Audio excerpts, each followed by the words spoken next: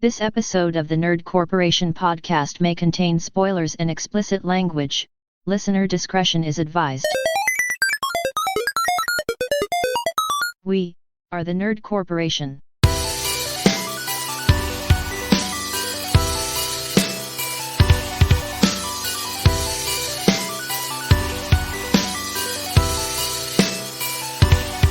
What up, everybody? It's podcast day. My name is Eddie Lyon, a.k.a. Mr. Sony Pony. With me, as always, is Cole Simper. Do you think that glass coffins would be really popular? Depends on the accident. It depends on much, or how you died. It depends on how much plastic surgery you got, I think. There used to be a band out there called Glass Casket. That's fucking amazing. I guess it remains to be seen.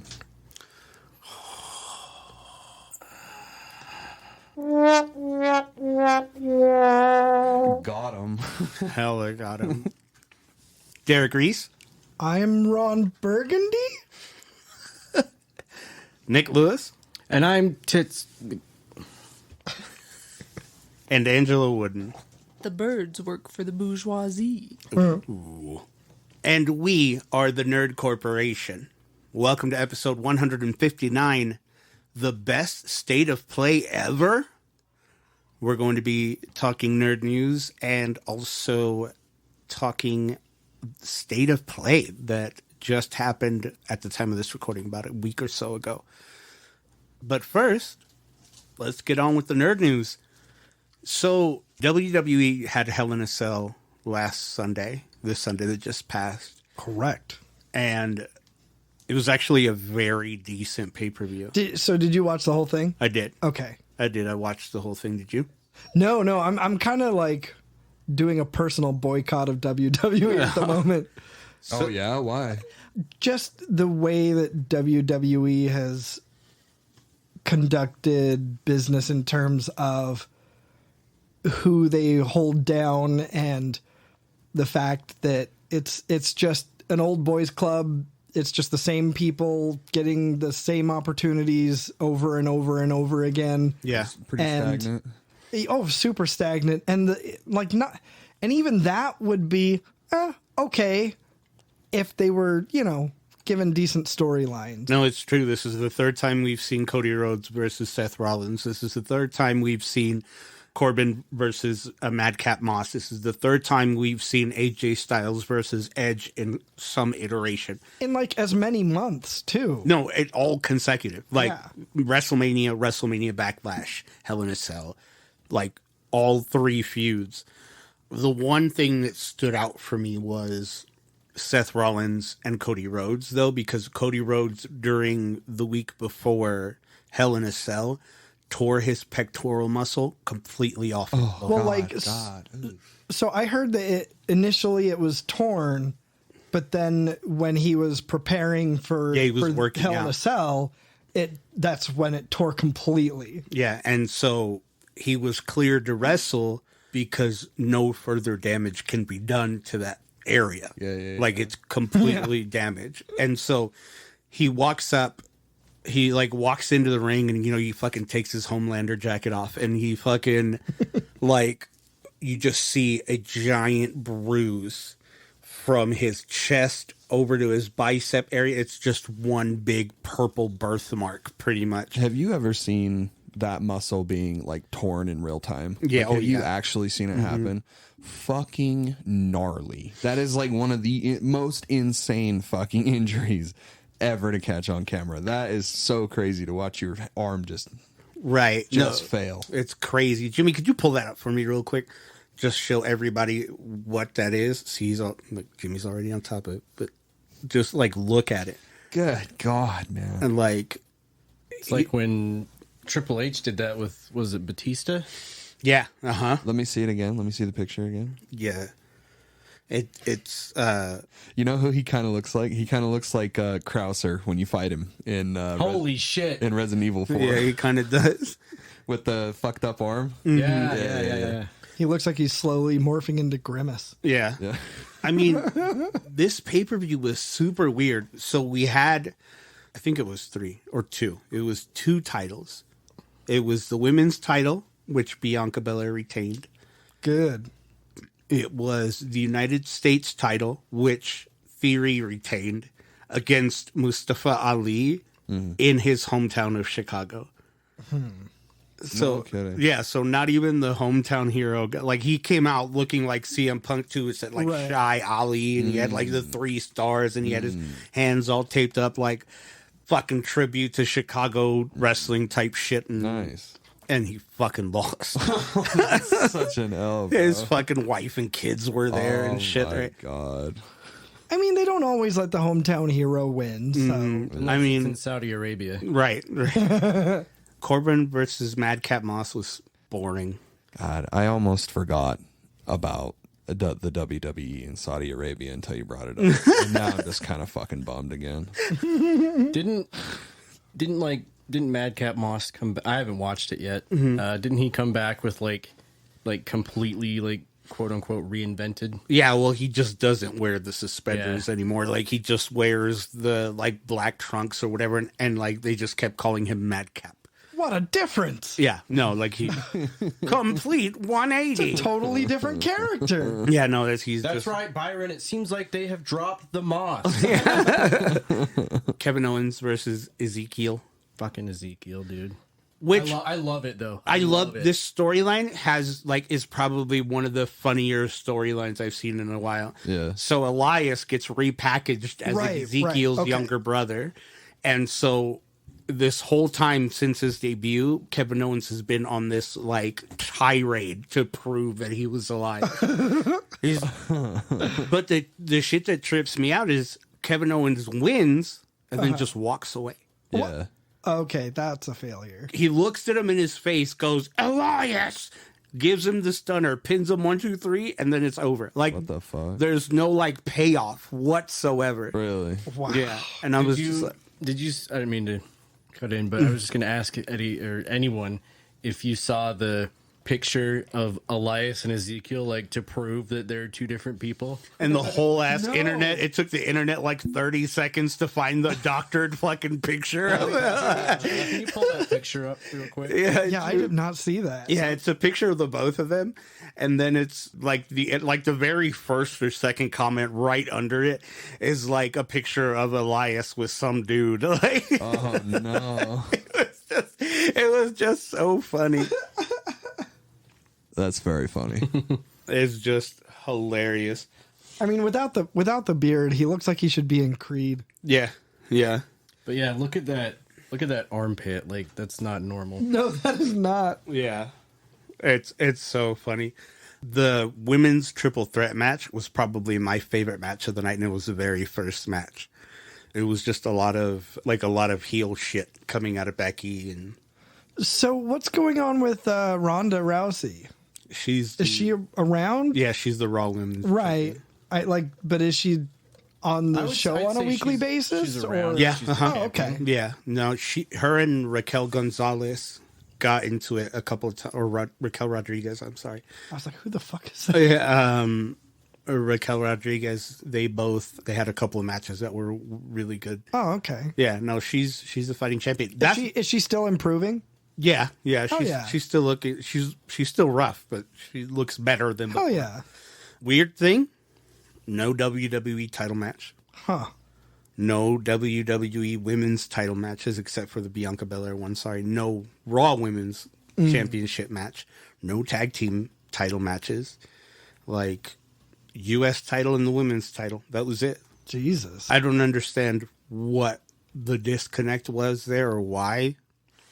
Like, this would have been the perfect time to do the tournament for the vacant women's tag team titles that Right. Naomi and Sasha just left on the fucking desk at John Laurinaitis' office. Well, and I love how like WWE does this and everybody's going, well, is it real or is it a work?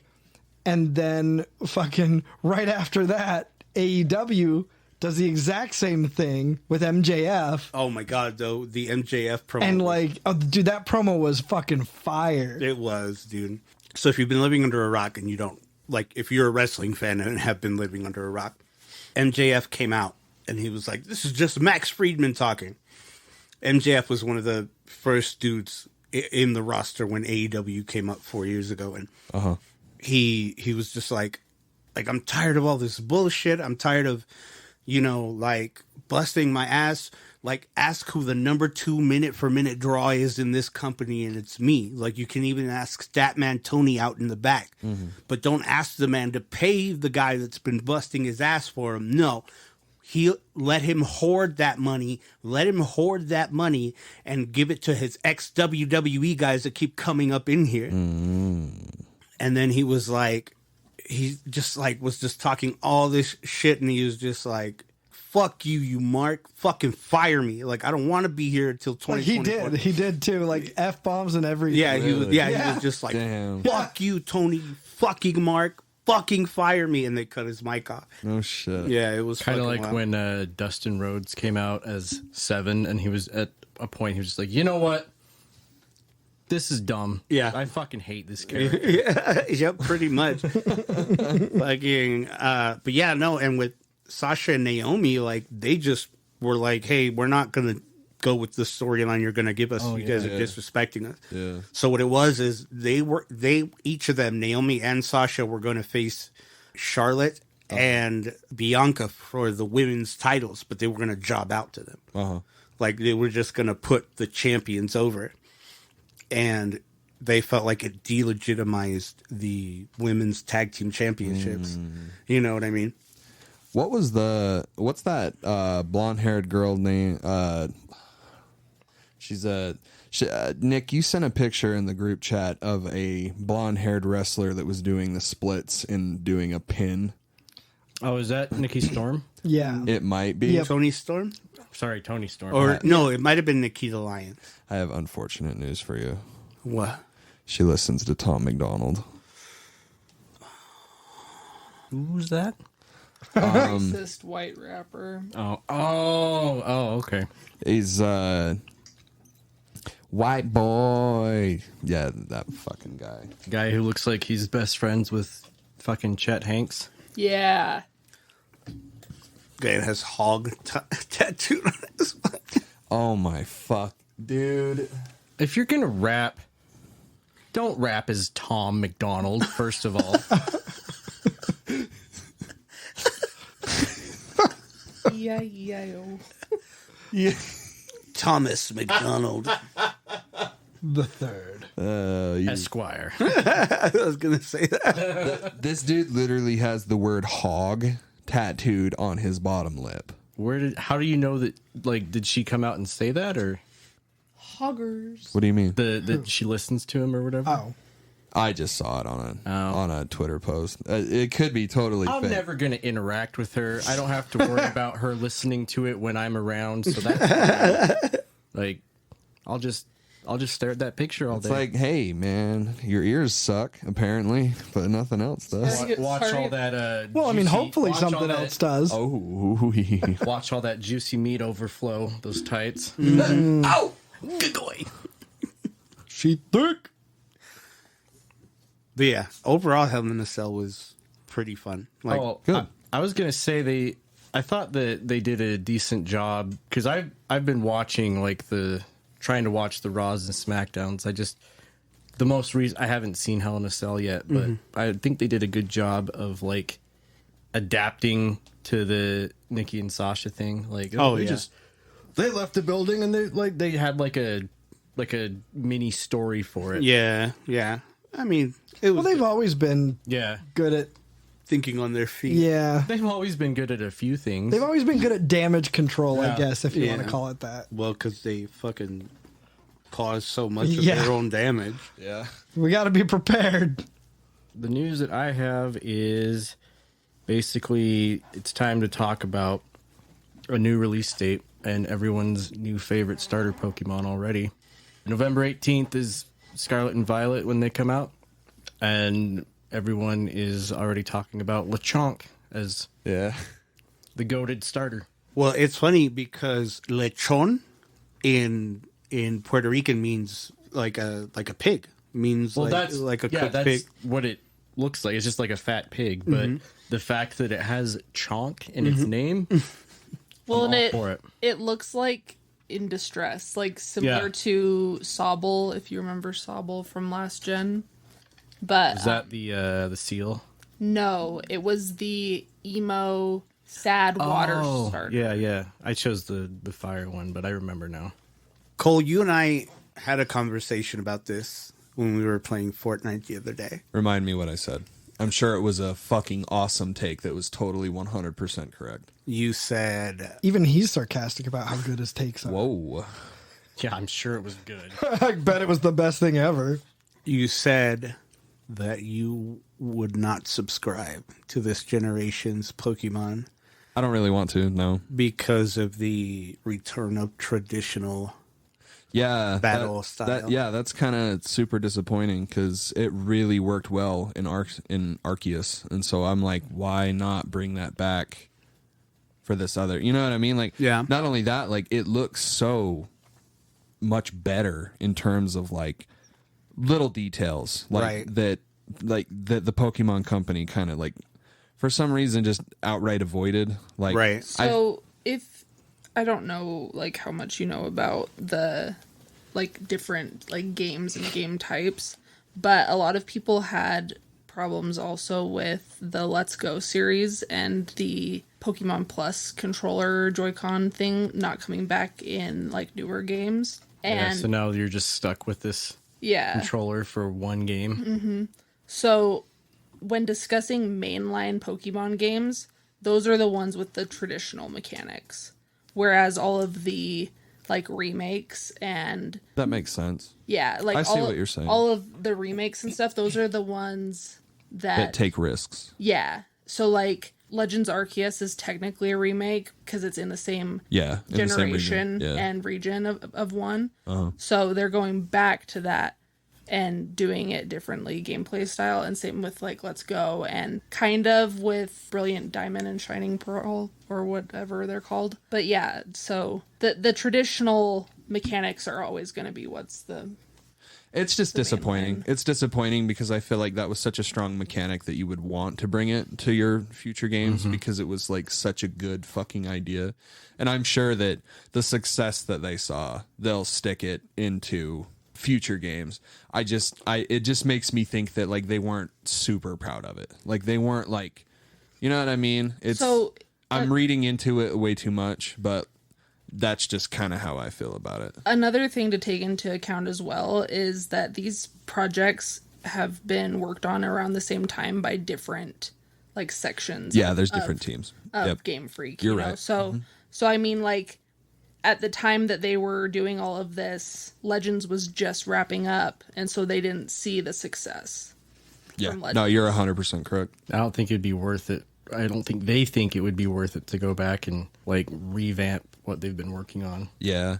Other than that, I do think it looks impressive. I'm just so fucking tired of being disappointed with Pokemon games that, like, you know, I spend $120 on a Pokemon game every fucking time there is a release because we have to get both, you know? And I mean, like, obviously that was what we were going to do in the first place, but, you know, it's frustrating when I don't really feel like I get that quality out of Pokemon games anymore.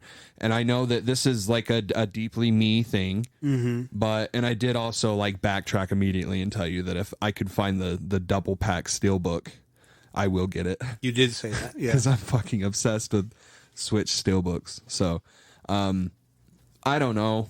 I'm also incredibly hard on Pokemon just because I know that this company, there's talented enough people there, developers that I know are like pushing for more innovation, but like it's tradition that always wins. And it's always like, no, we're going to go the super, super safe route. And then they have every fucking right to and every reason to, because every time a fucking Pokemon game comes out, they sell really, really well. It more than pays for the art direction, which is like I would say probably the most work that goes into a Pokemon game. One Pokemon game, I'm sure, can fund like 3 other art directions, and Right. that's all it. You know what I mean? Like that's all it is. Right. So I just want to see a little more innovation, and that's why Arceus was such a fucking breath of fresh air, and it was so much fun from beginning to end. You know what I mean? Yeah. It's about time we hand out, Nerdcorp L of the Week. and that goes to Morbius. Doesn't this feel like you're? way. It kind of feels like kicking someone while they're down a little bit. That's what this kind of feels like. Look, they brought it on themselves. That's true. There's no way they don't have social media people telling them, no, don't do it. It's just a meme. It's just a funny thing. Like, there's no way they don't have people telling them that this is a bad idea, and they do it anyway. It's like when, like, imagine in a movie, like, I'm trying to think of an example, but a very broad example is, like, let's say your kid wants to, you know, like the Goldbergs is a good example for me. I don't know if anyone else has seen that, but Barry wants to enter the talent show and show off his karate skills, which are just terrible. Yeah. And everyone's trying to tell him, like, don't do it. Like, they're just going to laugh at you. And he's like, I'm doing it anyways. Like, that's what it reminds me of. Totally. It makes me think that, I'm sorry, I didn't mean to cut into you. It makes me think that it doesn't cost that much money to re-release. Probably doesn't. I mean, it's like, I think you have to pay for the theater itself. Yeah. To like rent it to like play rights or something like that. Yeah. Like, especially where they all already have the prints and everything. Like, they already have the movie, so. But something to realize, it's not a nationwide re-release. It's like something like 1,100 theaters are getting it or something like that. Some quick context, real quick. Morbius obviously was a really fucking bad movie, and people clowned on it so much to the point where a meme was born. And it was called "It's Morbin Time" because the dialogue in the movie was so fucking bad that it wouldn't surprise anybody that was an actual real line. It's not, but it's very funny, and it's even more funny that Jared Leto tried. Oh yeah, fucking tried to get in. He tried to joke. jump on it. Motherfucker, stay in your fucking lane, pretending to be crippled on the fucking set. I'm hip. Shut up. I'm hip. I get the joke. I'm in on it. I'm not surprised. I'm hip to he did that. Motherfucker. No, like, gotta make it all about him. But no, I am not surprised. The dialogue was so bad. Dialogue was like horrid. Remember, because like that was the first thing that I was like, dude, I shit you not. In this movie, he says you wouldn't like me when I'm angry. I fucking like hungry. That's right. Yeah. He changed it to hungry. Yeah. And I was like, you're really gonna. Well, you're really gonna pull a Hulk on us? Like when he walks into that hideout or whatever with all of the equipment. Yeah. And the dude's like, "Who are you?" And he goes, "We are Venom."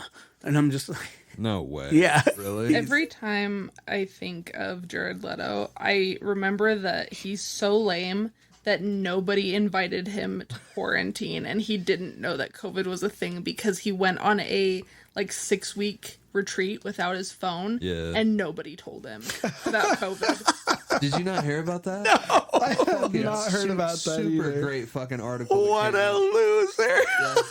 He was just like, he was out in fucking rehab, like. It was a retreat. It wasn't rehab. He was doing. It was like a wilderness. Hollywood actor things, going out and getting tuned with the spirit of the desert or some fucking bullshit. Oh my god! And they were like, "Look, you pretentious fuck, stay out there." For a while there were Twitch channels that had a title. Like they were playing a game in a game category, but you clicked on that Twitch channel and they were just showing a 24-hour loop of Morbius. Somehow. Well, there was even one that was just called 24-hour Morbius or something like that. Like it was just That's they didn't even try to awesome. hide it.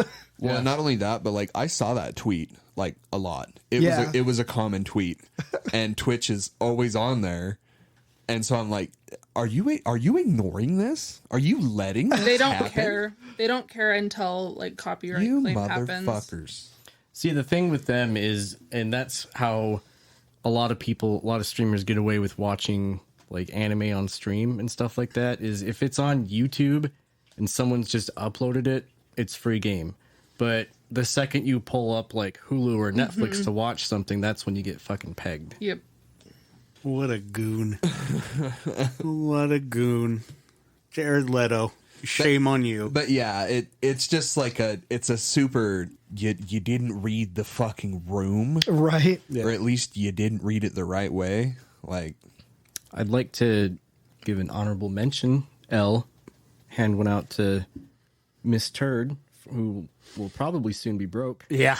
Did you know her net worth is it's $2 million, and now she owes It's Johnny like Depp 2.5, Yeah, yeah. she owes Johnny Depp 15 now.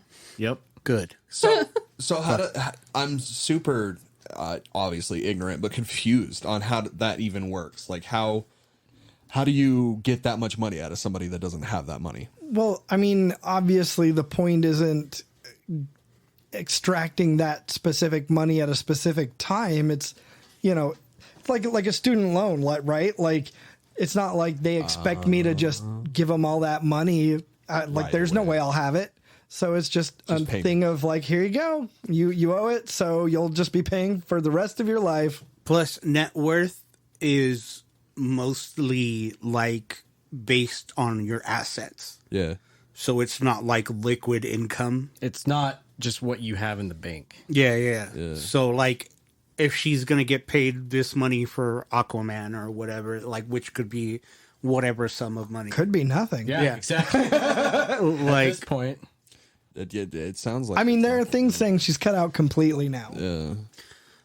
And there's also a petition to replace her with Bruce Campbell. Yes. I don't know if you've seen that. Which is beautiful. Yeah.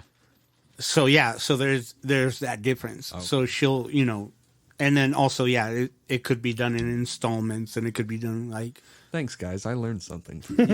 Which I saw another comment on the internet of somebody. It was somebody commenting on like just the main article that said that she might be cut out completely, and somebody had mentioned that they want to see Emilia Clarke replace her, and I'm like, that would be fucking good.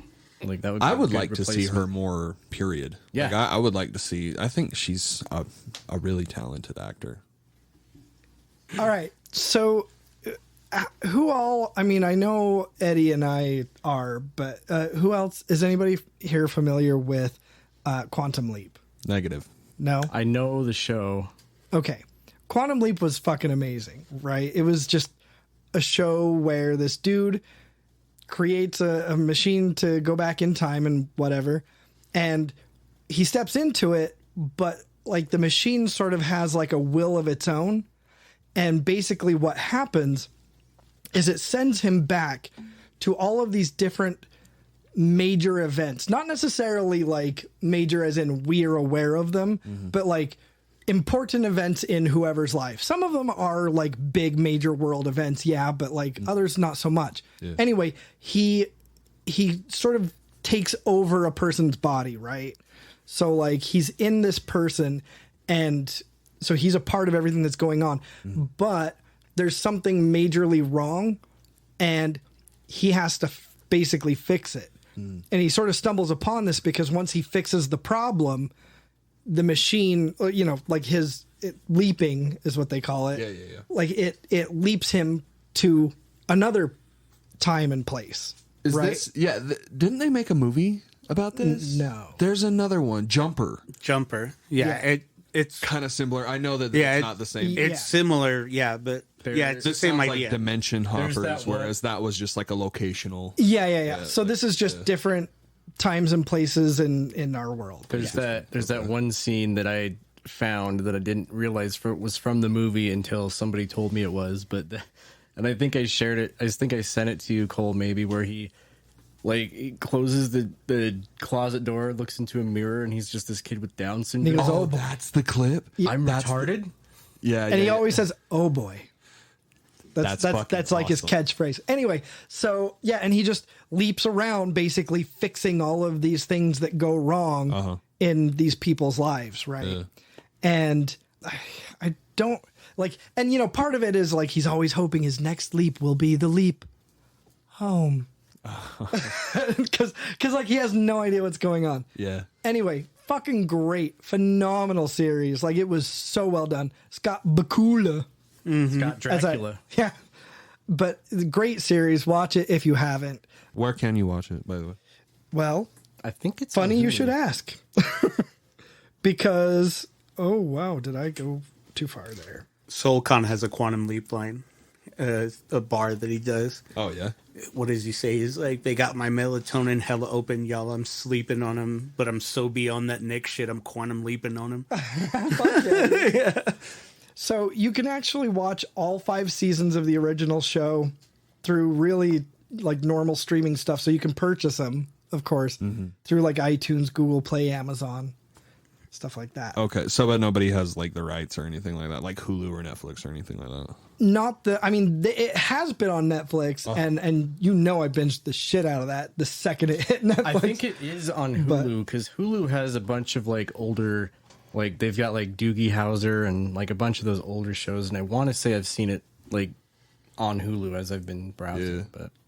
Yeah, I mean it could be like with the article that I'm looking on, it just says that you can find it for purchase. So it doesn't even mention where it's generally streaming without having to, like if you've already got a subscription. But anyhow, the reason this is news is because we are getting not exactly a reboot, a continuation. We're getting a new series, a sequel, if you will, that it's been rumored, they've talked about it, but it's been picked up by NBC. Yeah. Okay. So that's really the primary news right now is that NBC has picked it up. Let's see. And I'm looking at, we got this covered. So Deadline reported that not only has it been picked up, but a pilot has already been filmed. Nice. Yeah. Okay. And it's led to a series order. That's dope. Yeah. So Word. And here's the crazy shit too. Let's see, where was so first of all, let me give you a little blurb about it that the Hollywood Reporter shared. I'm just watching you try and scroll past all the fucking clickbait on. Oh, I know. God. So here's what they say. They say the new Quantum Leap follows a new team that has been assembled to restart the Quantum Leap project in the hopes of understanding the mysteries behind the machine and the man who created it 30 years after Dr. Sam Beckett stepped into the accelerator and vanished. So, I mean, from one of the rumors I heard is part of what they're doing as well is trying to see if they can find Sam Beckett. Yeah. Oh, that's dope. That would be cool too. Is that what's his name's character in the original? Scott Bakula, yeah. The sad thing is that his partner in the whole thing, like in the original series, has passed away. Oh. So like that relationship that Dr. Sam Beckett and I'm blanking on his name. Jimmy, could you pull that up? Yeah, Jimmy, could you help a brother out? Al. Yeah. Yeah. Al was the shit. And he was played by Dean Stockwell.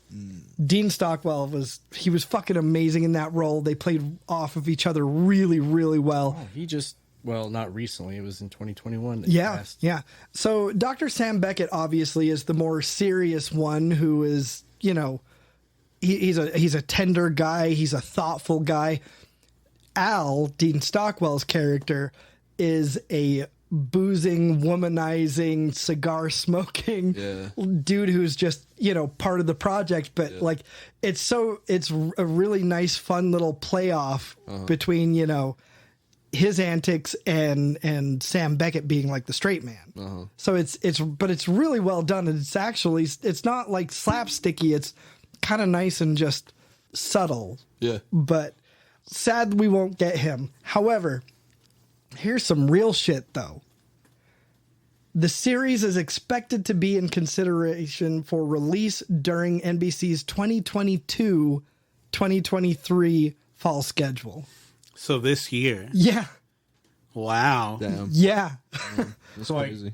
4 months. Yeah, exactly. So it'll be written by Stephen Lillian and Brian Winbrandt, and will also welcome back the Quantum Leap creator, Don Belisario, to executive produce. That's rad. Yeah. So, I mean, we're getting and from what I believe I remember seeing, don't quote me on this, but I believe that Scott Bakula is also involved in some way, like in the producing or direction of the show. Okay. So yeah, I'm super looking forward to that. Again, if you haven't watched it, highly encourage you to go check out even just a few episodes. Especially if you're into like time travel and interdimensional travel. Yeah. Like if you're into like sliders. Yeah, and especially just even the historical aspects of it. I mean, they go back to civil rights stuff. They go back to women's rights stuff. They go back to all sorts of different crazy, like, pivotal moments, you know? Which back then wasn't that long ago. Right. Right, yeah. Back then, like less than 100 years ago. Like 30, 40 years back.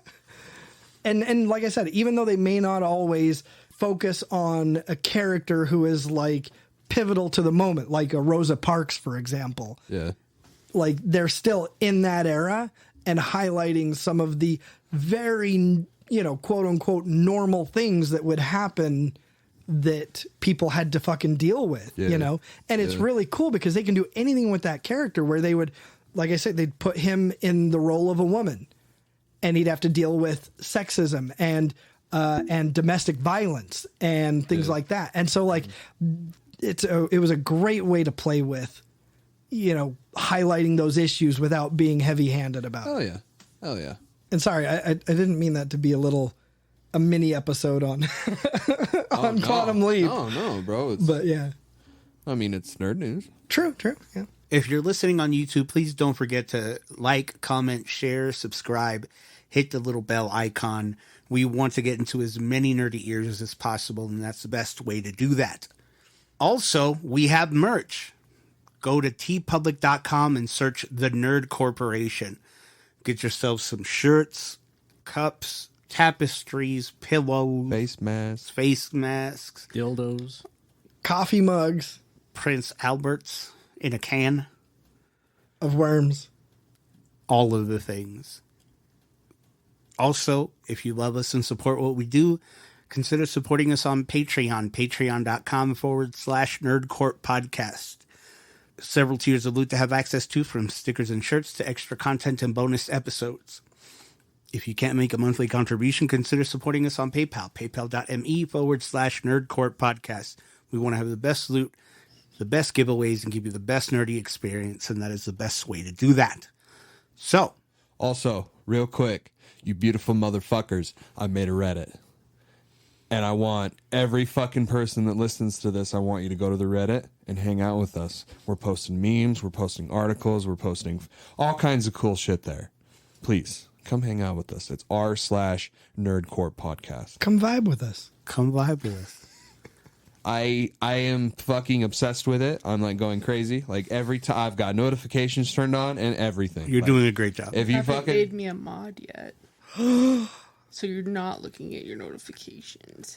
well, you didn't request to be one.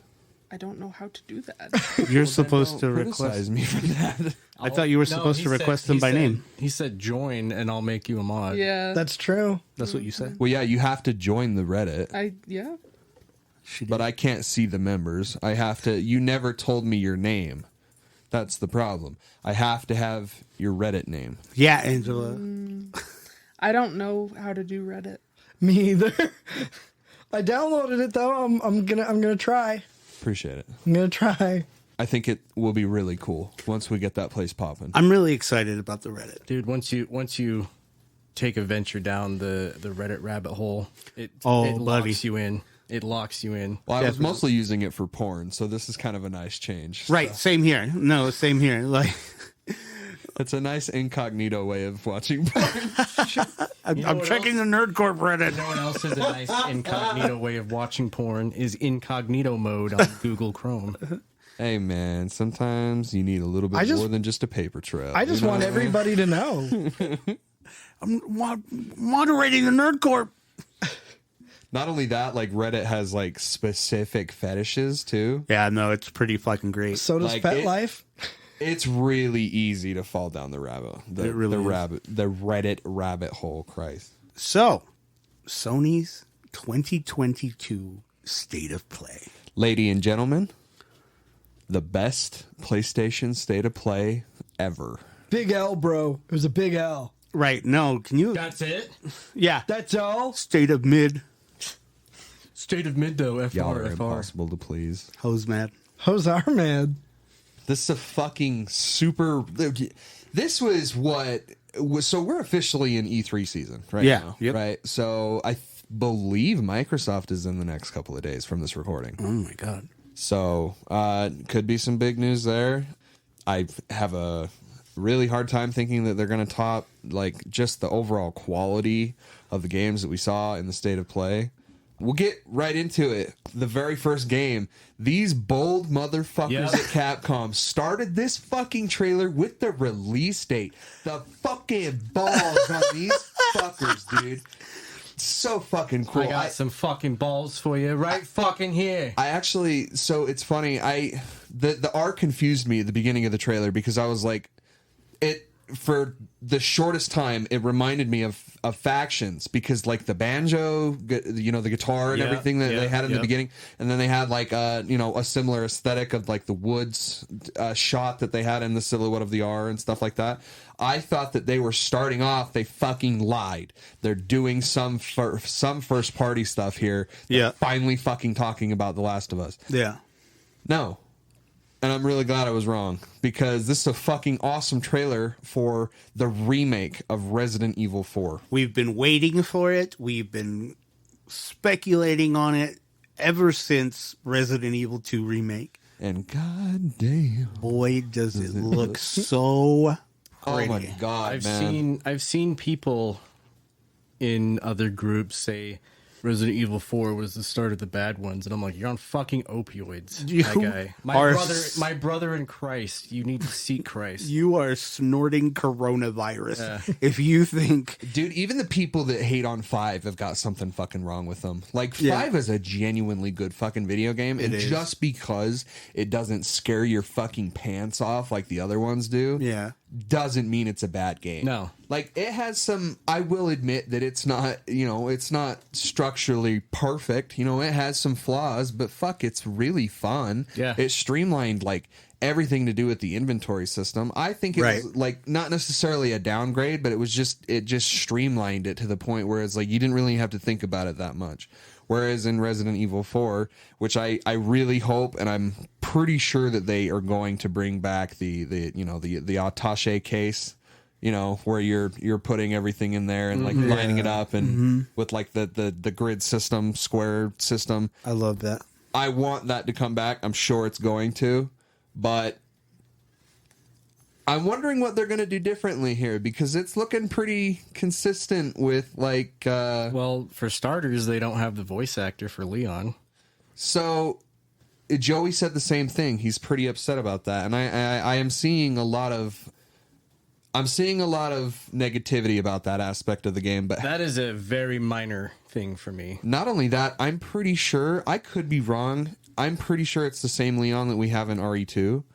Which was a great fucking Leon. Oh, yeah. And so I'm super excited to see what this actor will do because I'm sure he is, you know, he knows about the source material. He knows, like, the tone of the game and everything. And that charismatic nature of Leon S. Kennedy that he's definitely in 4, but he's not into at all. Right. You know, like in 2, he's the fucking rookie cop that stumbles into this giant mess, whereas in 4, it's basically like the good Ethan, right? From 8, where it's like they kind of just shoehorned in the fact that he was like military trained by Chris. Yeah. But like then you see Leon in the first fucking move that you do, you know, like you cap a dude in the fucking shin and then you walk up and do this insane roundhouse on them. Like, you can tell it's a big fucking upgrade. Leon is a huge fucking upgrade from 2 to 4. So the trailer's, you know, nice and moody. It's definitely the RE engine. There's a ton of shit crammed everywhere. Like, which is so cool because a specific shot that I remember is the very first house that you walk in, you know, that you walk into as Leon Kennedy trying to find the president's daughter, and how they reimagined that house and how that guy looks. Like they have a specific shot pointing at him too in front of the fire. Like, it looks so fucking good. And I don't want to see anything more about it because I do kind of want to be surprised. Yeah. You know what I mean? Like, I'm excited to see what they're going to do with the narrative. I hope that they stuck true to the gameplay and still have the over-the-shoulder camera. Like, there's no fucking possible way they're doing first person. No, I was gonna say if they do that, like that, I don't think I can play it. Like, I have to. It has to be played just a better looking version of what once was. I'm kind of looking more forward to the fact that to the idea of them like hyper fusing what they've learned now, but with what made 4 so good. Like, OG 4 is pretty campy and ridiculous and very Capcom. It's a very Capcom-ish game. Very Capcom. And I don't see that same tone with this trailer. It seems a little bit more serious and dark and everything like that. Yeah. Which I feel works. However, I know that Capcom, because they did it with 2. Like, right. They still stuck in some, nice little campy moments. And I kind of just have the utmost faith in them. And not only that, I have 2 things for you that will get you insanely fucking pumped. So there are 2 dev teams at Capcom that are basically doing these remakes. Dev 1 and Dev 2. Real complicated, I know. But Dev 1 did Remake 2. Dev 2 did Remake 3. Dev 1 is making RE4 Remake. Oh, thank goodness. Yes. Thank goodness. So that's the first thing. And then I just want to read the little blurb that they have on the official website and tell me if this doesn't make you want to play this fucking game right now. Survival is just the beginning. Resident Evil 4 is a remake of the 2005 original Resident Evil 4. Reimagined for 2023 and to bring state-of-the-art survival horror. Resident Evil 4 preserves its essence of the original game while introducing modernized gameplay, a reimagined storyline, and vividly detailed graphics to make this the latest survival horror game where life and death and terror and catharsis intersect. Ooh. You know what I'm excited for, but at the same time I hope they don't fuck up, is the Merchant.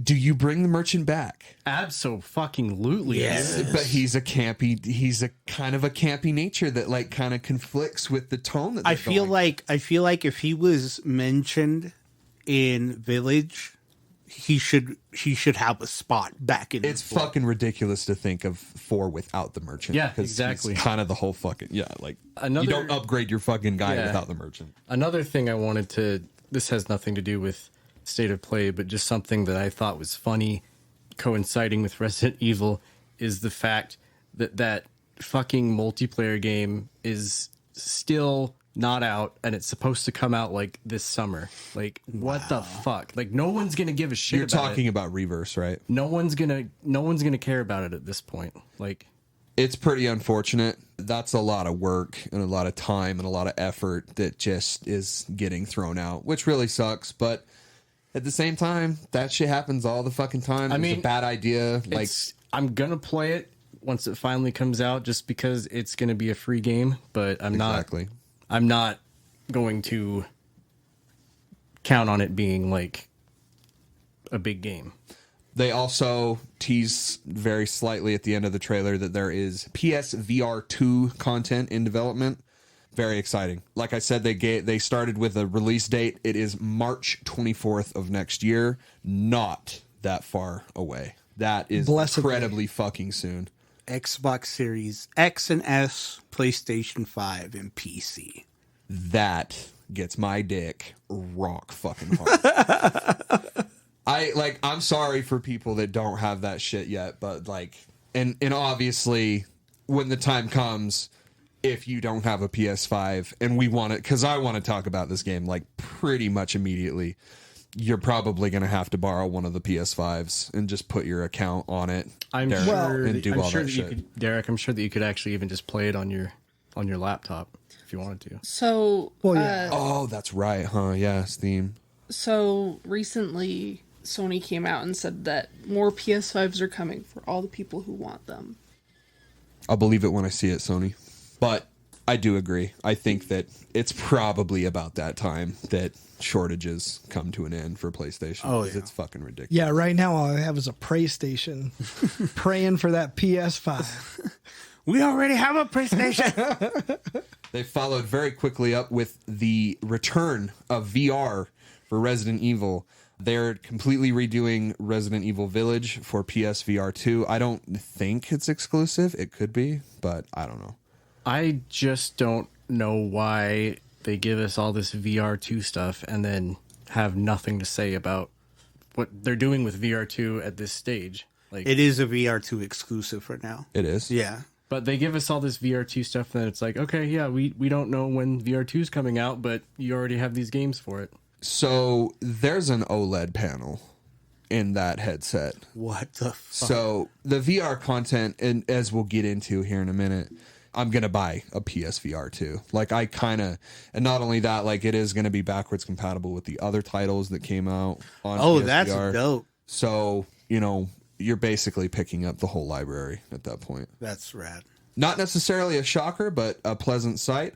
Do you remember that VR Walking Dead game that came out? Saints and Sinners. Yeah. Saints and Right. Sinners. It is getting a chapter 2. Looks fucking great. Like, graphics-wise, it did not look great. It didn't look like an improvement, No. But I feel like I mean, it looks fun, but it just didn't look like an aesthetically pleasing VR game. I totally get what you're saying. Yeah. No, I know what you mean.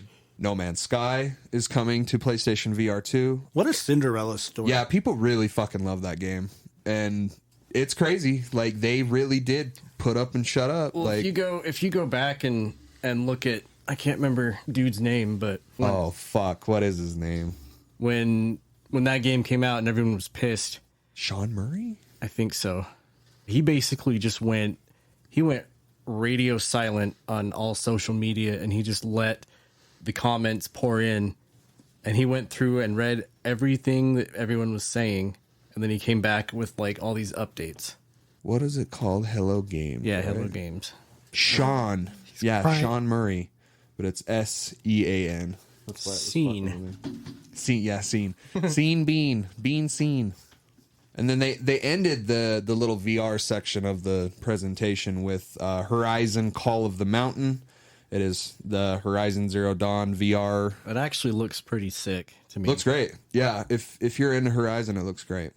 So this next one is a fucking bombshell because this is not the fucking title that I saw coming to PC next. Oh. Marvel's Spider-Man Remastered. And Miles Morales. Miles Morales Yeah. is fucking coming to PC. This is insane. This is the last fucking title I saw coming Not to to PC. mention that Amazing Spider-Man is in a month. Yeah, bro. Right. Real fast. Fucking month. Real quick. Yeah. Yeah. Cole, you said something to me the other day where you were like, the reason it's so crazy for you is because Spider-Man is so inherently Sony. Oh my god, it's ingratiated. Yeah. They're like part of each other now. Sony will never fucking let go of Spider-Man. Like, I know that's a hard pill to swallow for some people. They will never let go of Spider-Man.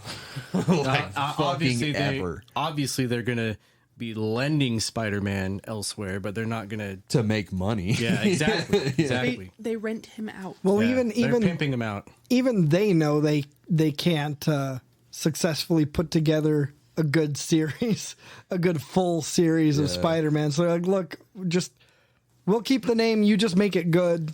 We'll all win. Man, this puts my fucking worries about bringing The Last of Us to PC to fucking bed, man. We're getting all these fucking games on PC. And you know what? I made a fucking bold statement when we were playing Fortnite the other night. And I'm going to say it again. I'm going to double the fuck down. Whatever they're doing with the remake and factions are going to be one product, day and date on PC. You think so? Day and fucking date on PC. Why not? Why not? You know what I mean? Like, whatever the fuck they're doing, it has to be something. I mean, tell me I'm not crazy. Tell me I'm not crazy they're bringing Spider-Man. Of course The Last of Us is coming to PC. And then we got the pleasant return of Stray, this interesting little I cannot wait. indie game, man. This game looks fucking awesome. I cannot looks a wait. lot better than the last time we saw And it the too. cherry on top is that it's a day one PS Plus game. Yeah. For premium and extra users, yes. Yes. So, great fucking deal. Yeah. The dope thing about that is that if you have PS Now and PS Plus, you get upgraded to premium. Like, just automatically. Yeah, for the remainder of Dope. your PS Now subscription. Yeah, this game looks fucking great. I love the atmosphere that it sets up with the music that it had and everything. Oh, yeah. Great fucking trailer. Dude, really, I'm really so stoked. stellar indie presence here. So ready for it. July 19th. Can't wait. And now I need to have a very deep and intimate talk with my friend Nick Lewis. Do the rest of us need to leave the room? This seems like it's going to get a little hot and heavy. Well, I'll catch y'all in a minute. What did you think of this trailer for the Callisto Protocol? I thought that this was a fucking phenomenal trailer, and it instantly gave me Dead Space vibes, like 100%. If it wasn't for all of the names, like all of the dev names, the team names that flashed in front of the trailer at like the beginning of the trailer, Yep. I would have confused this with Dead Space like the whole time. Yeah, because obviously, you know, they are doing the remake of Dead Space, but yeah, if it wasn't for the names to pop up and let you know what the game is that they're showing, yeah, it would have been easy to confuse it with Dead Space. So the Callisto Protocol is this new game that at first its first claim to fame is that it was technically in the Player Unknown's Battlegrounds universe, the PUBG universe. Which and is everyone, bizarre. Yeah, everyone was like, what the fuck does that even mean? There's no story in PUBG. Like it's a like a pure battle royale gameplay experience. Like there's no. So everyone was just kind of like weirded out. But then the main thing is that it had Dead Space, ex-Dead Space developers on the team, and they were like talking about how, hey, you know, we're not done. We have ideas that we want to bring to life. And real quick and like out of the blue, they just came out and were like, yeah, it's not part of PUBG anymore. It's its own thing. Great. Kind of a weird flex in the first place because it, you know, didn't make sense. But, you know, good on you. No more. That's no shackles, I guess. This game looks fucking great. If I had to be critical with it really at all, the monsters kind of leave a little bit to be desired in terms of like design and stuff. Like there's a couple cool aliens in there. Like there was this one wormy type enemy that like split down the middle and then had other worms that came out, and it reminded me a lot of Alien. You know, like it reminded me a lot of Dead Space's inspirations of Alien. You know what I mean? So it's like it seems like it's in good hands. Plenty gory. It looks to be very violent, which is exactly what you need to be for this. You know what I mean? Like, for you to live up to the name of Dead Space, you kind of have to have. I mean, we haven't seen, you know, all the monsters and stuff that are going to be in this game, but you just can't top those necromorphs, and they're especially like they're humanistic. Is that thing? Can I? Oh, what's the word, Derek? Like human-like. Human-like. Is there a word for that? There is a word for that. Humanoid? Yeah, I mean, humanoid would be... That's, yeah. Humanoid heads? Anthropomorphic? Is that what I'm thinking of? No, that's I mean, it might be what you're thinking of, because that, I mean... Like alien, but human? Anthropomorphic is Goofy. animals. Like, animals. Goofy is an anthropomorphic dog. Oh, okay. Yeah. Okay, yeah. Yeah, so I see what you're a saying. humanized animal. animal. I get it. Yeah, I get it. I'm just saying. What I'm trying to say is the fact that their heads look so much like a human, but it's still terrifying. Like you can't top those. You can't top those enemies. And I hope we get to see some stuff that rival the necromorphs in this game. I mean, that's going to be really hard to do because the necromorphs are so insanely fucking creative. Like, those designs are like etched in my mind because they're fucking horrifying. And I don't see this as a game that's trying to top Dead Space. I think it's just a game that's drawing inspiration from it, since it has some of the Dead Space minds from what, Visceral? Visceral? Yeah. From them. First it was EA Red Shores, and then it turned into Visceral. Yeah. So I don't think they're trying to like, hey, we can make a better game than Dead Space. I think they're just like, hey, this game draws inspiration from Dead Space, and it's its own thing, and we hope you like it. I totally agree. Hell yeah. Out this fucking year, December 2nd. That's insane. God damn. Excited. We saw that for the first time. Was it at an E3? I think so. It was a while ago. Yeah. For Xbox One, though. Xbox Series S. Whatever. whatever. PS4 Whatever. and 5 and PC. Dead Space is on all those, so it's fine. And this game's been in development for a long time. This is one of those ones where it was, and you know, it's whatever too. Like, I see this as a sign as like, hey, we need to get this on as many platforms as possible. Yeah. And if the next gen suffers a little bit, then we're gonna have to do it because we're not gonna eat that cost. Is that how you feel about this next game in our list?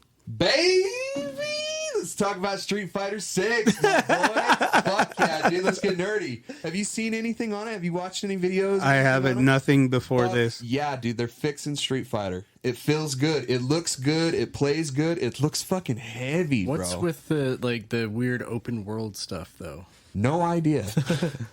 So it's funny because like I was freaking out in chat because I was like, "Fuck yes, yeah, we get to see something," and it immediately transitions into that like open world. Looks great. It makes it seem like that's like a creative character, and you're like going in this open world and like fighting people in real time. Looks cool. I doubt I'm gonna try. I really don't like. A Street Fighter, I don't know about you, Eddie, but a Street Fighter game for me is like finding my guy and then sitting in the lab for hours, fucking trying combos. Yeah. Oh, yeah. And seeing what works and seeing what doesn't work. Oh, yeah. I am so fucking excited for this game. Any fighter that I'm super excited about, that's what I do. Like, I'll sit, run the training simulator thing, and just run fucking combos over and over again to juggles and see what I can do with that. Street Fighter is definitely one of those games for me. I don't have necessarily the patience for that. Like when I get a fighting game like Mortal Kombat or whatever, I'll pick somebody and I'll go into like AI fights, or if they've got a storyline, I'll play through that, and then I'll just like be like, okay, let's jump online and let's try some shit out. Yeah. They are doing like a streamlined controller layout where they're not, no more quarter circle forwards or anything like that. You can just do like one hit, like one button press combinations that makes him do a Hadouken and stuff, and like for special moves and shit. I don't know if I like that. I'm not. Well, I mean, there's no fucking way, dude. Like, especially like because I'm not gonna be playing with controller. I'm gonna try and get my my arcade stick back from Brian. Yeah, but I think I might end up just buying another one because I need to get one that works with not only with PS5 but with PC as well. Yeah, your exact words were in all caps. Time to break out the stick. Bro, so do you agree with me that it looks heavy? It looks really, really heavy. Like zoomed in on the characters. Yeah. The characters take a lot of fucking space on the screen. They do. It reminds me a lot of Mortal Kombat 11, where like it almost kind of seems like it focuses on defense. Oh yeah, you know what I mean? A little bit slower. Yeah, a little chunkier. I feel like the entire roster has been leaked online. Like, oh shit! Like any chance that they had of having like any kind of like presentation for like fighters, it seems like we've got 3-ish new fighters. One's called Kimberly. One's called Luke. Luke was technically the last DLC character for 5, so he's not technically a new character, but he is like he's kind of like the main character, like him and the other new character. So it's spelled Jamie, Jaime, but I was also saying that it's pronounced Jaime. Well, yeah, that would be Jaime. Jamie would be Jamie. Oh, okay. So Jaime, yeah, fucking dope. And it's dude, Jaime's in this. That's Jaime badass. and Luke are like He didn't even tell us. the people on the cover art. Like it's specifically focused for those guys. Yeah. It seems like we've got all the favorites. Obviously, Ryu, Chun-Li, Cammy. Cammy's there's a little subsection of hoes mad about Cammy because they decided to give Cammy pants instead of having her ass cheeks hanging out, only for the other part of the leak to come out, and she still has her classic leotard. So it's like, grow up. Well, Not that big of a fucking that's deal. a dumbass thing to be so mad about anyway. I mean, look, if you're that hard up, Pornhub exists. Well, it's so funny because it was like an hour of like, oh my god, they gave Cammy leggings. This is a fucking problem. And then an hour later comes out and there's like another leaked video of her doing her super with a very, very gratuitous ass shot. And now everyone's like, oh, Cap Gods, fucking can do no wrong. It was like, it all happened today. as of this recording. Like it was over in a fucking instant. Fucking incels. But like For real. Akuma is there like from the beginning, which is a crazy pull because he's always usually like either a DLC character or a super secret character. Zangief's in there. Yes. Dalsim, E Honda. Dalsim, Fuck yeah, fucking yeah, dude. E-Honda's in there. Yeah, fuck yeah, dude. And then we've got red-pilled, fucking newly divorced Ken. So excited to see what the fuck they're doing. And like the artwork for this guy is like downtrodden. He's got like a fucking bomber jacket on now, and he's got like sour eyes and everything. And it's like, what did you do to my boy? I want to know. Yeah. Like, what did he go through? Also, console exclusive. Yeah. Or next-gen console exclusive. Yeah. Also coming to Xbox and Steam, which is fucking awesome because that was a huge fucking mistake for Street Fighter V.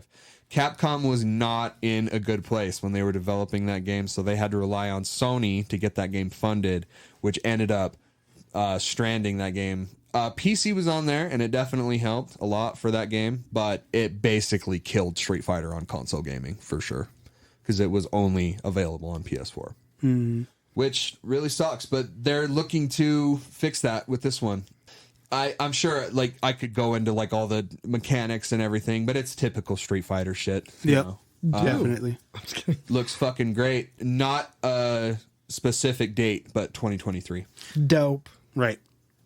And then, the very last thing. Ooh. We have a trailer and a release date for Final Fantasy 16. Oh, The newest title from Square Enix. Business District 3, I think is what they're called, the development team. Naoki Yoshi P, also known as the man who saved Final Fantasy 14. This guy has got a massive swinging dick, and he wants to show you it. with consent. With consent. Because we at the Nerd Corporation are pro-consent. We haven't done that in so long. Angela was not pro consent. She's just like, you guys are weird. I know. I have stories for you later. Oh. Okay, where do we begin? Looks fucking great. Looks super Final Fantasy. Particle effects out the ass. I want to shout out Nathan Christensen because I saw his post on it, and he hit the nail on the head when he said, this is the most Final Fantasy-ass Final Fantasy game I've ever seen. Yep. Yoshi P wanted to make this game for a long time, and you can tell, because this has got some old school Final Fantasy shit in here. For one, it like 100% focuses on summons, which is not a fucking thing in the other games. Like, it's barely a thing in 7. Like, the summons were like a big fucking deal. And then, you know, the first trailer said it has some line along the lines of the crystals have formed our history for long enough. Yes, Derek. What are the summons? The summons. So there's I'm a Final Fantasy noob. Come on. Ifrit. Shiva. Or they call it Ifrit. I don't know the right way. I've always called it Ifrit. Yeah, same. Shiva, Leviathan, Rama. Titan, Rama, Bahamut. Bahamut, yeah. It was like B, something B. Bahamut always trips me up because there's like 4 fucking Bahamut summons in 7. Yeah. So it always kind of fucked with me where there's only one in every other fucking Final Fantasy game. 7's just obsessed with dragons. Odin's one. There's a couple more I'm forgetting. Garuda. Oh yeah, Garuda. Yeah. So what are these? So they're like mythical beings that are summoned. They're like colossal beings that have like insanely destructive powers. They're called the Dominants in this one. So are these like summonable like raid type bosses? Yes. Okay. Yes. Okay. Along Essentially, along those lines, yes. If you have the option, you hit your summon, uses up some MP, they come down and just deal monstrous damage. It's a big ass cutscene. Yeah. Gotcha. Yeah. And it's weird because it's confusing because it fluctuates from title to title. Like in my god, worst fucking summons ever, Final Fantasy 13. Oh, what God. the fuck were they thinking? damn, I'm sorry, that sucks because that's like my first game I'm playing on my Steam Deck.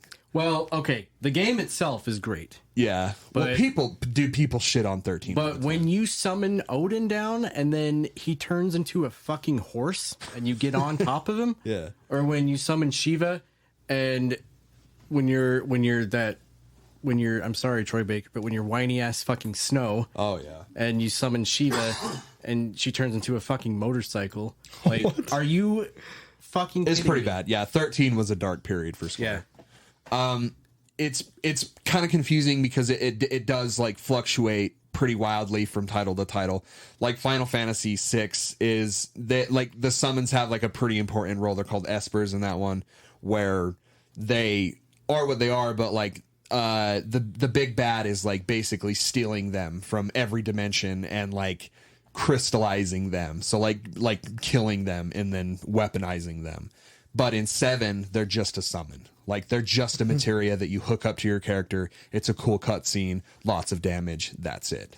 So it's like, it kind of wildly varies. Like, is like, what's the benefit of summoning them?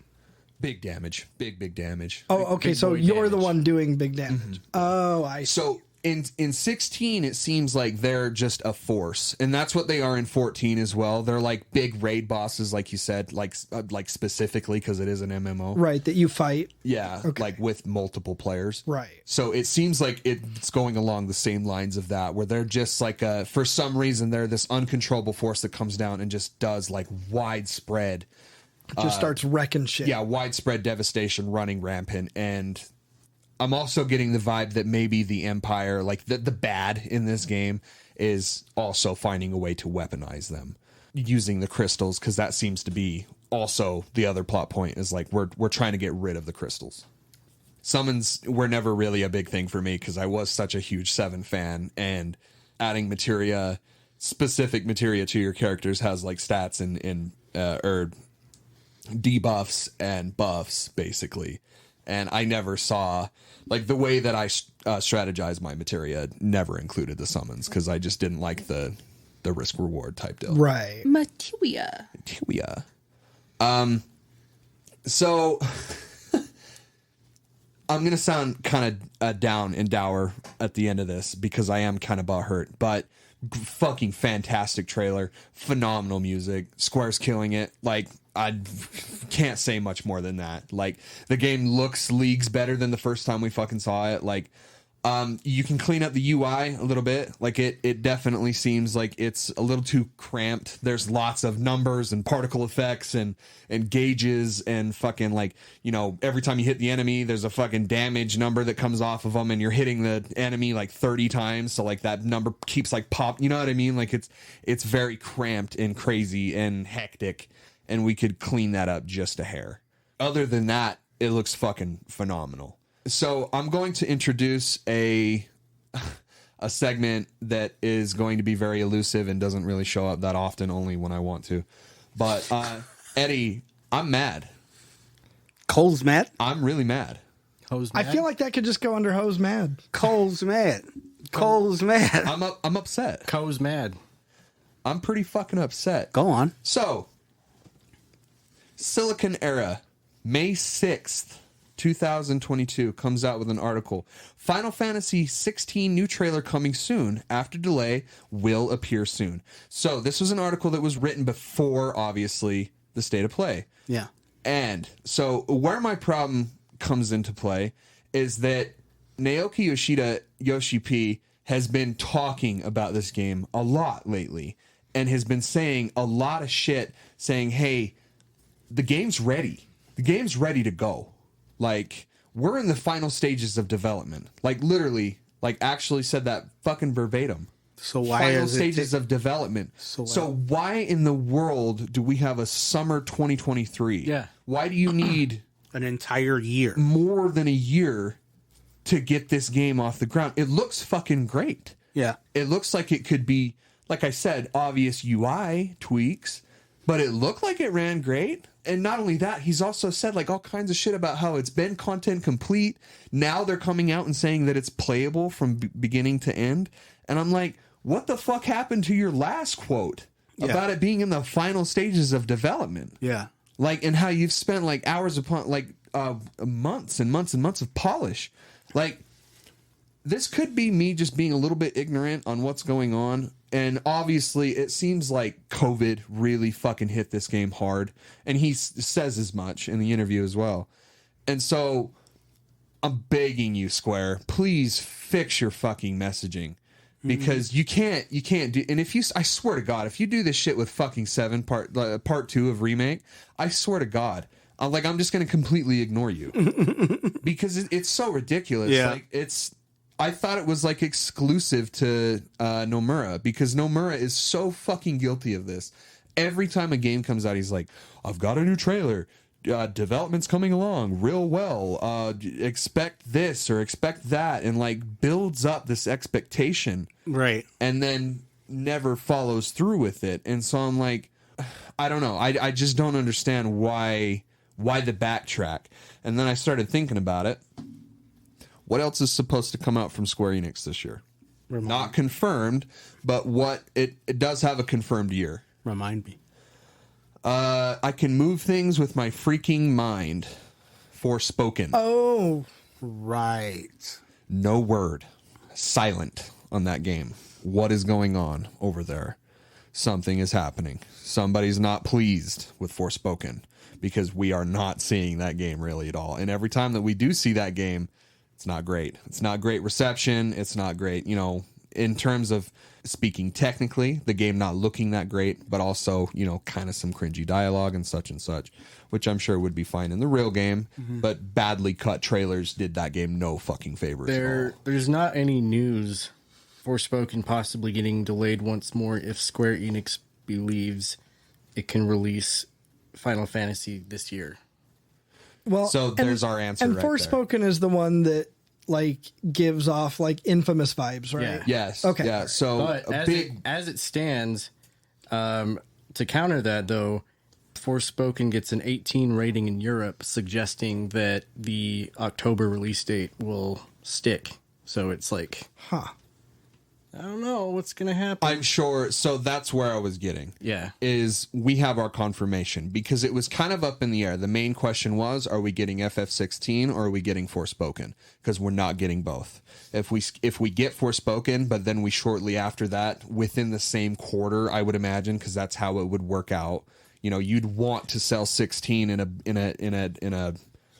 dense month like November and December.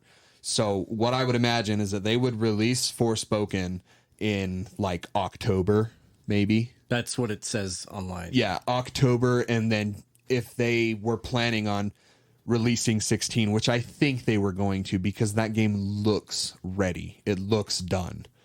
So my personal opinion, what I think is happening is that they didn't want 16 to fucking devour Forspoken. So they're going to release Forspoken, which I think it's going to be fine. I don't think it's going to be a train wreck or anything like that. It's going to be like a normal Square release. I think that it's going to be fine. But it's not going to be 16. It's not going to do what 16 does. And if you have those games coming out in the same quarter, for some reason, game companies really, really depend on that idea that consumers can only buy one game. You know what I mean? That they're not going to go out and buy several games like we do. The average consumer only buys one game. So They don't want to release two high profile titles like that next to each other in the odd case that there's more consumers that will only buy one copy. So I think Final Fantasy 16 is done. I think it's 100% They're done. just holding off on it. They're holding it. Yeah. I think they kind of got fucked on this, because they were totally planning on doing that, but then Forspoken ran into development issues, so they had to push it to the end of this year. And then something is scaring them from the beginning of the year. Something is scaring them away from those months. Something big is coming out in those months that they don't want to have taken away from the sales of 16. COVID. The recovening. Well, the first thing that we have now, confirmation, Resident Evil 4 Remake, the 24th of March. So I think there are something... I mean, obviously, I think Zelda is coming out that same time frame. Breath of the Wild 2. That's just kind of Nintendo's sweet spot. you also have all these rumors going around about God of War Ragnarok, about how it might not be good. It might be in a little bit of development crunch right now, and they're trying to get it fucking done. Like, they keep saying this year. I'm not 100% convinced. So No. there's so many fucking factors that goes into this, and it's like, damn, it really sucks that they're just gonna sit on that game. They're gonna sit on it, and that may end up making it like way better than it was going to be, because it's gonna have like a fucking year and a half of polish.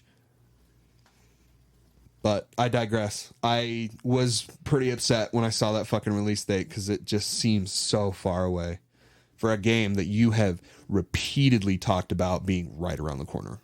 But that was the state of play, and I can't tell you of any better presentation. I really can't. Like, so densely packed, and we actually missed a few games in there. There was the roller skating one that looked really cool. Yeah. Looked like Tony Hawk's Pro Skater with guns. But this is a perfect example of what I'm always bitching about with these presentations, is like, level the expectations on the shocking factor of the game, right? Resident Evil 4 Remake is a huge fucking deal, and starting your shit with that was a power move. And ending with an even bigger title is a bigger power move. This is like one of those super dense with quality presentations that I think a lot of companies, like Nintendo specifically, because Nintendo likes to focus on a bunch of bullshit. Mm-hmm. You know, every one of these games that was in this presentation, I'm going to play. I mean, that is fucking rare. I'll play a little bit of Devil's Advocate in that. I didn't see that game. What's that one? In that, for me, I still thought they looked awesome, but for other people like me who are not at all into VR games, don't have a VR system, couldn't give a shit less about them. Yeah. The entire beginning of that presentation was fucking stupid for, somebody who couldn't at least see the how, that they're good. Maybe not for them personally, but that doesn't mean they're not. That you're cool. not a real gamer. But no, Fake gas. Yeah. VR has yet to prove itself. I will agree with you. Well, I mean, I'd say, I think VR's cool. It's just I don't have a VR system, so none of that technically directly pertains to me. Yeah. So, I can see a lot of people going that are in that same situation. Like, I thought they were fucking awesome and I was glued to it, but I can see other people in that same situation going, next, come on, let's move along. Oh, good, another VR game. God damn it. All right, next. Oh, fuck! And to counter your point just for a second, Sony also did clarify at the beginning, they're like, hey, this is a VR and third-party exclusive. But I do understand what you're saying. I just was kind of more impressed with the caliber of VR games. It's totally. Whoa, okay, RE8. Yeah, totally. Like I say, I mean, even though I don't play VR games myself, like, it was still cool. It was still dope as fuck. Yeah. But of course, I see what you're saying. People being who we are. The games that we didn't go over that were still in the state of play, we got Tunic, which is the what did you call it, Eddie? Like, oh man, Fox Zelda looks really cool. Yeah. Tunic, yeah. We got Season, A Letter to the Future. That's that game that's got the super crazy art style with the lady on the bike, and Eternites, which is a dating action game, which in one of their shots of the trailer was a blatant Deku ripoff from My Hero. Oh my god, so blatant. Like, and then hold R2 to hold hands. That's it. Those are the three that were shown that looked kind of cool, but didn't really have the impact that the other ones had. The only one that I would have a criticism with was Tunic. Tunic was the only one that seemed like it was kind of like We have this. Yeah. You know what I mean? Like, Yeah. They just like needed to fill the slot. well, dude, Tunic's been around for a while. Like, people have been Yeah. talking about Tunic for a while. So it's I think the big thing here is that it's getting a PlayStation release. is that what it is? Yeah. Okay. So it wasn't originally on PlayStation? I don't think so. Okay. That makes sense. That's a big deal then. Because it does seem like people really like that game. So ports are always nice. But that's it. That was the State of Play. Well, we hope you enjoyed our episode on Sony's State of Play. As always, you can follow us on social media. On Facebook at the Nerd Corporation, a podcast. On Twitter and Instagram at NerdCorp Podcast. And also follow us on Reddit, r/NerdCorp Podcast. Or you can send us an email at nerdcorppodcast Full of nudes. gmail.com. And if you haven't already, subscribe to our YouTube channel. Search The Nerd Corporation and look out for our green NC logo. Come interact with us. Tell us what you think. Tell us that we suck. Tell us that you love us. Dear God, just talk to us. We're so lonely. Yeah, even if you want to fight, Yeah. I'll talk. I'll listen. Like, even if you have the most ridiculous fucking statement, like, I don't know, Skyrim's a good game, we can fucking talk, okay? Yeah, Cole will yell at you online. I will always listen. Well, And then you guys can Shut get up, Derek. cyberbullied. no, you won't. You'll just yell. Do it, pussy. You won't. You won't. What were I you was saying? saying, then you can get cyberbullied by us. But we'll also send you pictures of Cole and Angela's doggos. So Yeah, cyberbullied and bullied in real life, too. Fuckers. If you like what we do and want to support us, subscribe to our Patreon, patreon.com/nerdcorp podcast. Several tiers of loot to have access to, from stickers and shirts to extra content and bonus episodes. We'd like to thank our nerd corporate backers, Glenn the Simp, Fillmore McLaurin, and Jake Hurst, and our nerd financial investors, Kim Nichols and Dallin Gilbert.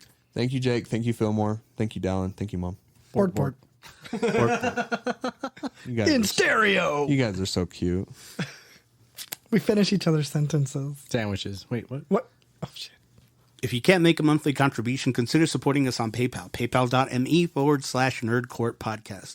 We want to have the best loot, the best giveaways, and give you the best nerdy experience, and that is the best way to do that. So, from all of us here at the Nerd Corporation, we thank you, we love you, and keep it nerdy, y'all. God bless.